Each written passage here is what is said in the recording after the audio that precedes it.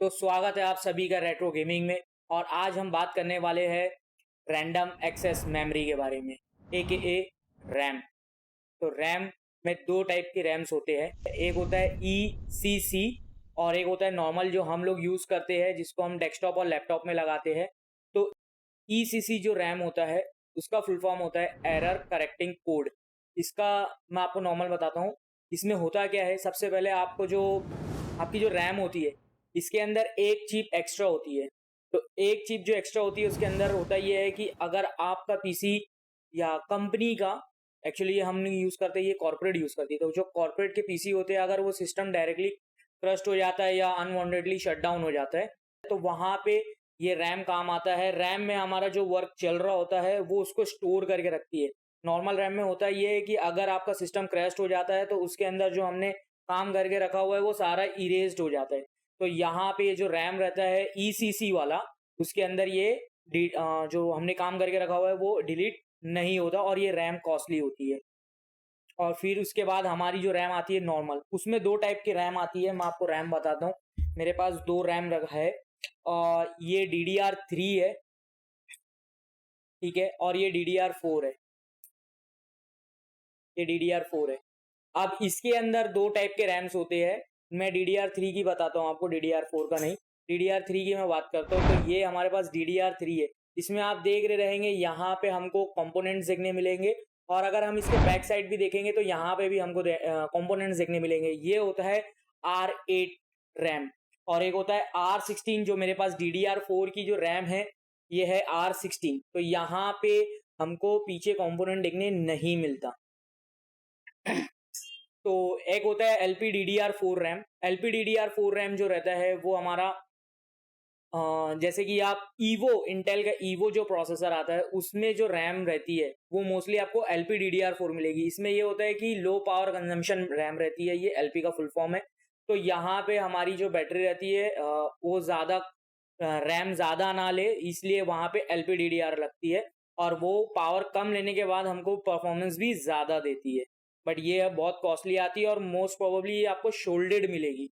तो जैसे कि कोई भी लैपटॉप होगा तो उसके अंदर जो महंगे लैपटॉप्स होते हैं वो लाइट वेट होते हैं, तो उसके अंदर रैम जो रहती है वो मदरबोर्ड में शोल्डेड रहती है। तो वहाँ पे मोस्ट ऑफ द टाइम अगर हमारी रैम खराब हुई तो हमारे को जो है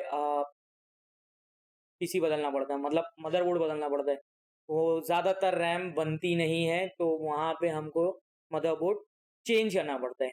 तो अब मैं नॉर्मल रैम की बात करता हूँ कि R8 और R16 में क्या फ़र्क है। और ये R16 जो रहती है वो ना लेके हमको R8 क्यों लेना है वो मैं आपको बताता हूँ। आप ऐसा समझिए कि आपके पास एक लाइब्रेरी है, आपने वहाँ पे काम पे एक लाइब्रेरियन रखा हुआ है। तो वो लाइब्रेरियन क्या करेगा, अगर आप उससे बुक्स मांगेंगे, जो भी बुक्स मांगते हैं आप XYZ, ठीक है, तो वो एक लाइब्रेरियन रहेगा और वो आपको एट द टाइम एक एक बुक ला के देगा और उसको वो बुक ढूंढने में भी टाइम जाएगा। और वहीं पे अगर आपके पास दो लाइब्रेरियन रहेंगे तो वहां पे आपको जो बुक्स रहेगी वो जल्दी मिलेगी। तो ये मतलब होता है, मतलब एक लाइब्रेरियन आपका R16 हो गया और R8 वाला आपका दो लाइब्रेरियन हो गया। तो वहां पे जो वर्क प्रोसेस होगा वो ज्यादा फास्ट होगा as compare to R16 RAM. अब इसके अंदर हमको एक प्रॉब्लम आता है कि प्रॉब्लम नहीं, बहुत से लोग बोलते हैं कि दो रैम नहीं सिंगल रैम बैठा लेना चाहिए। अगर आपका लैपटॉप सपोर्ट कर रहा है 16 GB तो आप एक 16 GB की रैम डाल दो, एक स्लॉट खाली रहने दो, उससे आपका पीसी फास्ट होता है। नहीं, ऐसा नहीं है। अगर आपके पास लैपटॉप है जिसके अंदर दो स्लॉट है या आपके पास डेस्कटॉप है उसके अंदर चार स्लॉट है और आपको रैम उसके अंदर ज़्यादा बैठानी है, तो कभी भी जैसे कि आपका 64 GB बैठानी है, 16 GB बैठानी है, तो उसका आधा कर लीजिएगा। जैसे कि एक 8 GB एक 8 GB, अगर आपको 64 बैठानी है तो वहाँ पे 32 और एक 32। और इसके बाद यहाँ पे हमको एक चीज़ और देखने मिलती है जो होती है फ्रीक्वेंसी। तो कितने फ्रीक्वेंसी की है, ये फ्रीक्वेंसी समझने के लिए हमको एक सेपरेट वीडियो बनानी पड़ेगी। तो फ्रीक्वेंसी थोड़ा मतलब लॉन्ग टॉपिक है, तो वहाँ पे आपको मैं और डिटेल्स में बताऊंगा।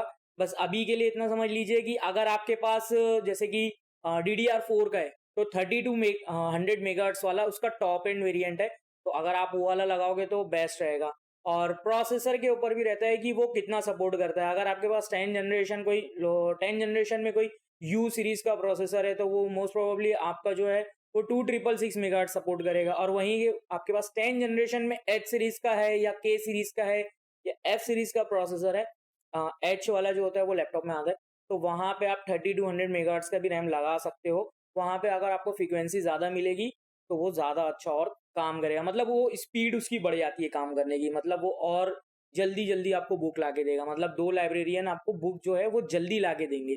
तो ये होता है R8 और R16। दोस्तों अगर आपको ये वीडियो अच्छी लगी हो तो please like and subscribe to my YouTube channel, और अगर इन्फॉर्मेटिव लगी हो तो आप अपने फ्रेंड को शेयर कर सकते हो जो अभी नए लैपटॉप्स लेने की प्लानिंग कर रहे हैं और या डेस्कटॉप बिल्ड करने की प्लानिंग कर रहे हैं। तो वो आप उनके पास मतलब मेरा ये वीडियो उनको ज़रूर से शेयर कीजिएगा, और व्हाट्सएप पे, फेसबुक पे, जहाँ पे आपको शेयर करना है आप वहाँ पे शेयर कर दीजिए।